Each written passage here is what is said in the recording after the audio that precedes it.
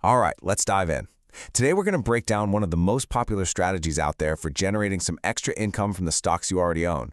We're talking about the covered call.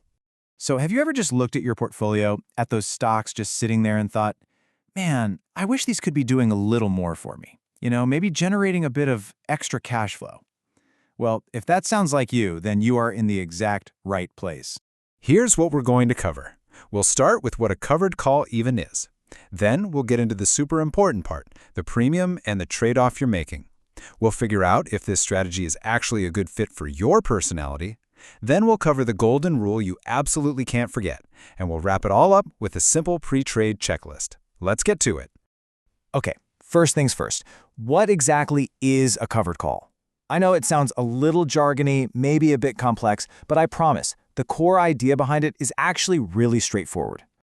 The key phrase to zero in on here is stocks you already own. This isn't about some wild speculation. It's more like an overlay. It's a layer you add on top of a stock position you've already decided you want to hold. And because you own the shares, your promise to sell them is, well, it's covered. The whole process really just boils down to 3 simple steps. First, and this is non-negotiable, you got to own at least 100 shares of a stock. Why? Because one options contract always controls 100 shares.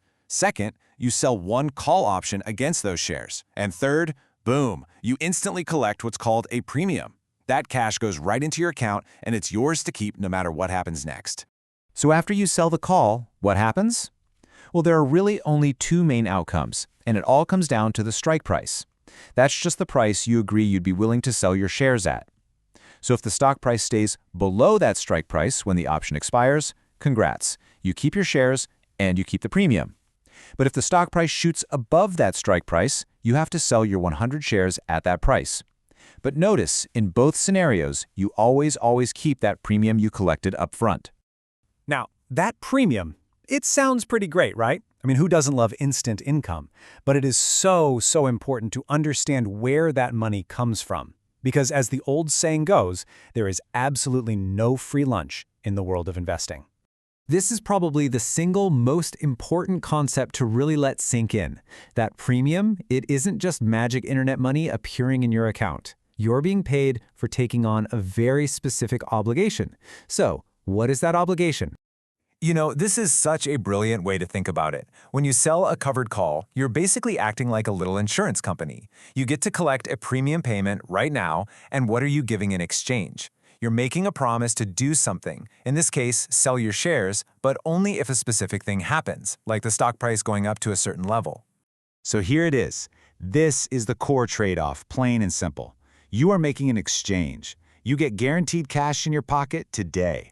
In return, you agree to give up any potential profit above a certain price in the future. It really is a choice, guaranteed income now versus potential upside later. Okay, so knowing that trade-off, the next logical question you have to ask yourself is, does this strategy actually line up with my goals, with my investing personality? Think of this next part as a little personality test.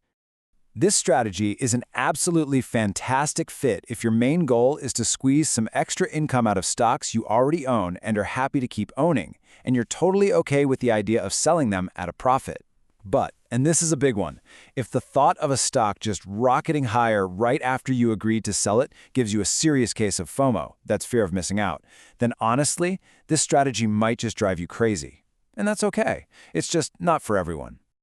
All right, let's move on to what is, without a doubt, the most important principle for finding success with this.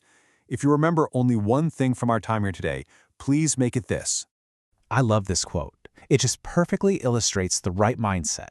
The covered call strategy, it's just an income layer you add on top of a solid foundation. And what's that foundation?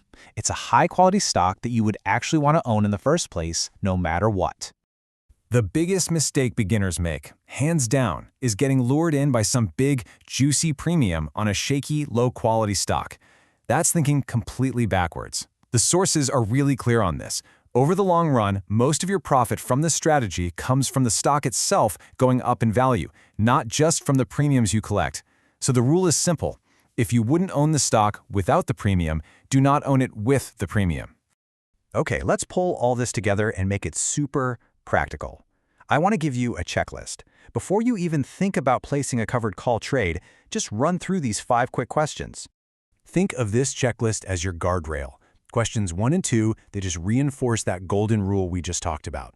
Number 3 forces you to look that trade-off right in the eye. Number 4 is the ultimate acid test for FOMO. Are you genuinely okay with selling at that price? And number 5, that's all about discipline. Is this trade part of a thought-out plan, or are you just forcing it because you want some quick cash?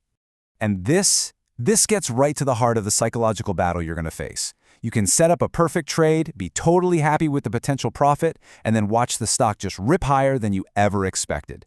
The temptation is to feel like you messed up, but you didn't. If you made a plan and the trade worked exactly according to that plan, then it was a successful trade, period. Don't let FOMO convince you otherwise. So at the end of the day, the mechanics of a covered call, they're pretty simple. The real challenge isn't learning how to place the trade. It's having the discipline to stick to your plan, to accept the trade-off you willingly made, and to just focus on executing consistently over time. That is the real key to making this a practical, long-term income strategy.